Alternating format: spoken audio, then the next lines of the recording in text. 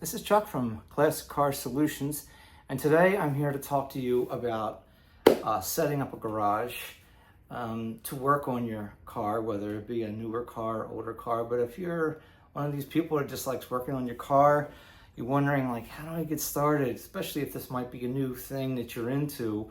You never know where to start. What do you need? What's more important than other things? And that's what I'm here to talk about. I'm here to talk about all the things that I feel I've accumulated through the years to do the things I do with my cars. So a bunch of things I want to talk to you about in setting up your garage, especially if you have to share your garage with somebody else, like a two-car garage. You need to make room for them and for you. Me, I have a two-car garage. I work on my car on the one side. My wife parks her car on the other side.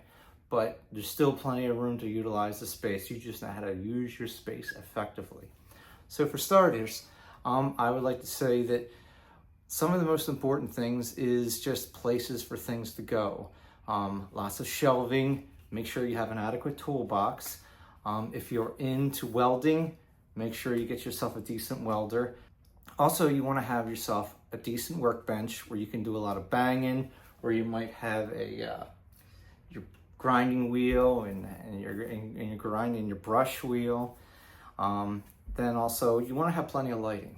You know, without the lighting, you really can't see things, and it just makes it hard to focus on what you're looking at. I also recommend having a hydraulic jack, at least a set of floor jacks or something to keep your car up in the air. Maybe the ramps you put your car up in the air on when you want to get it up and get under there. Plenty of organizer units to put things in, little bins to put things in, plastic tubs you might buy at the local store. Also, your most important thing you're going to need are your tools. Find a Harbor Freight or wherever you go to get your tools. You could buy expensive tools, you could buy less expensive tools, but the less expensive tools work for you. Don't feel like you got to have the best name brand tool. As long as it works, it works. I also would recommend, depending on what you're doing, to have yourself a nice big fan.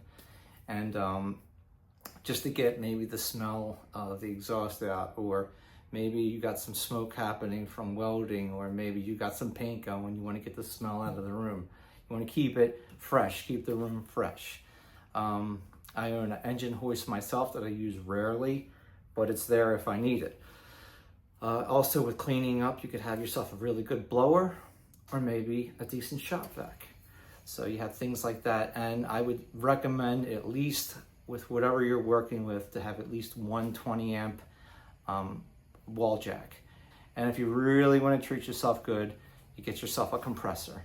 The one I have over here, it's okay. It says it's 175 PSI, 26 gallon.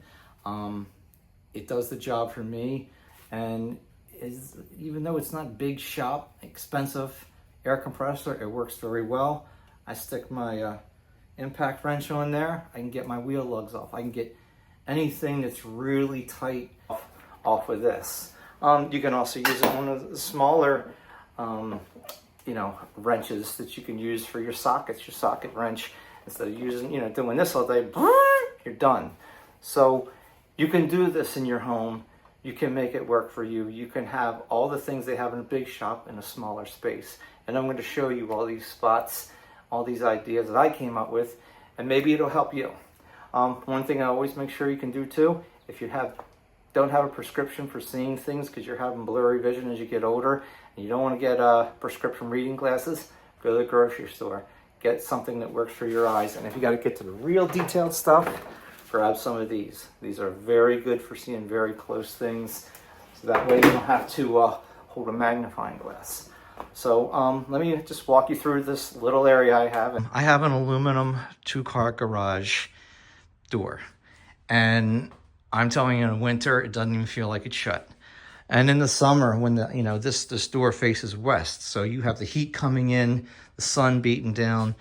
I went and bought this, the R5, 1 inch thick, Owens Corning pink foam. I couldn't put them in one piece because it was just too difficult and I'd be ripping it up. So what I decided was, why, go crazy? I ended up sizing the pieces and then slitting them down one end, putting them in as 2 pieces, and then using some Gorilla Tape to hold them together. And I'm telling you, in the winter, it's 20 to 30 degrees warmer.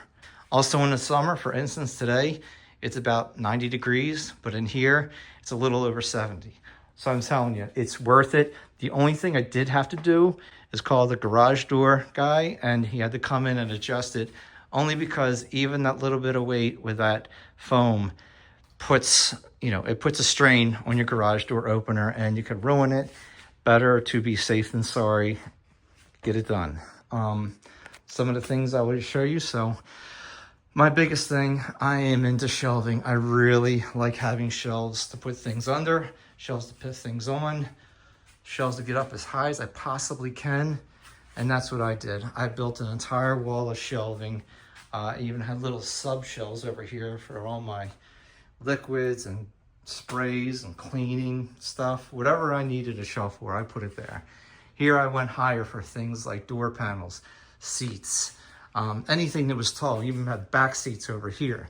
It just comes in very handy, and I recommend it. I even over here, I have some shelving under my workbench, and we have all this over here becomes very, a nice heavy 6-inch clamp over here, right? And then we have our grinding wheel and brush, our wire brush on the other side. Over here, we have the Miller welder. It stores very nicely. You don't need to get a big one. I chose to get it because I just did. Whatever you want to get. And even over here, we have ourselves an engine. We just have it sitting under there. But the way I have it stored, you wouldn't even know it's a problem. Right now, it's very messy in here. I've been doing a lot of work. Got a lot of things to decide while we're waiting for the car to come back from the paint shop. Here's some floor jacks I was telling you about. Get a pair of these. They come in very handy. But then, of course, you also have the car ramps that you can get too. And they come in very handy. And, of course, our hydraulic jack. Over here, this was a huge gift idea. It's because I had only a couple of small toolboxes, and my wife went out and treated me. So I got this huge Craftsman toolbox. It's 2 pieces, but I'm telling you, everything I need is in there. Of course, I feel like I'm running out of space, but that's okay. You just put things in other places and always have yourself some form of entertainment from time to time. Kind of keep your mind off of things and keeping things flowing with music.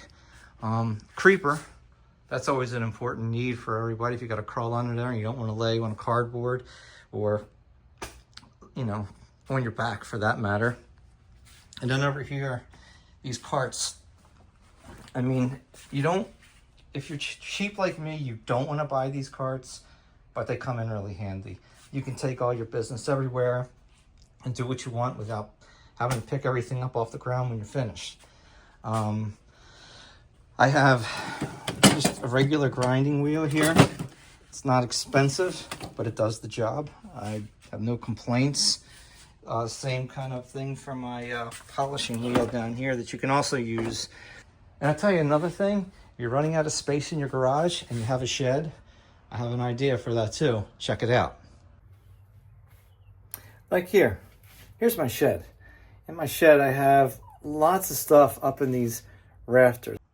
What I ended up doing is I took 2 pieces of wood to go from one end of the shed to the other. It's about 12 feet. And anytime I just have stuff that I need to put somewhere that I can't fit in the garage, I bring it in here. We have doors, fenders, cowl pieces, and even over here, we have some car parts and some flywheels over there, stuff down here. Thing is, you don't have that much lawn and garden equipment, so a shed is a great place to put things. Even look over there, we got a radiator, some air cleaners. So utilize your shed. It could be a very convenient place for you to put things out of the way while you're taking care of business. This is a big important part, lighting. I was able to have this little area here where I could hang this light right here, right above the car when I'm under the hood. But over here, with the garage door opening rails on both sides, I ended up running this wire from one side to the other, put like a hook on it, screwed it to both ends, and then just put the chains right around that. And the cool thing about this is I can slide this over anywhere I want. Right now the wire is tightened up to an outlet up there, so it's not moving too quickly. But generally speaking, you can put it anywhere on one side or the other. I've done work over there while I'm working on a car, while the car is sitting here. Here's the storage bins. Again, as you start to accumulate things you come across, as you get more nuts and bolts from cars maybe you've disassembled and just taken parts from it just to use for other things, there you go. There's a place for all of them in there. And then some, of course, some of them don't fit in there, so you have loose stuff up here. You got the crate with car parts over here. And if you make your shelf deep enough, you can put your shop vac right there. And one more thing I wanted to share with you, although I'm sure there's a million more we'll come across. This is a toolbox I had, and I like sitting on it. It's very sturdy. I got it many, many years ago. And I'm gonna show you a video on what I did, but I made it a rolling toolbox. And I'm telling you, it's great. Please let me know if you have any questions or comments or anything you want to share, talk about. I'm willing to share what I can and what I have enough knowledge of. And maybe you'll see something I'm doing and you're like, hey, you should try it this way. It might be a better thing to do. And I appreciate that too.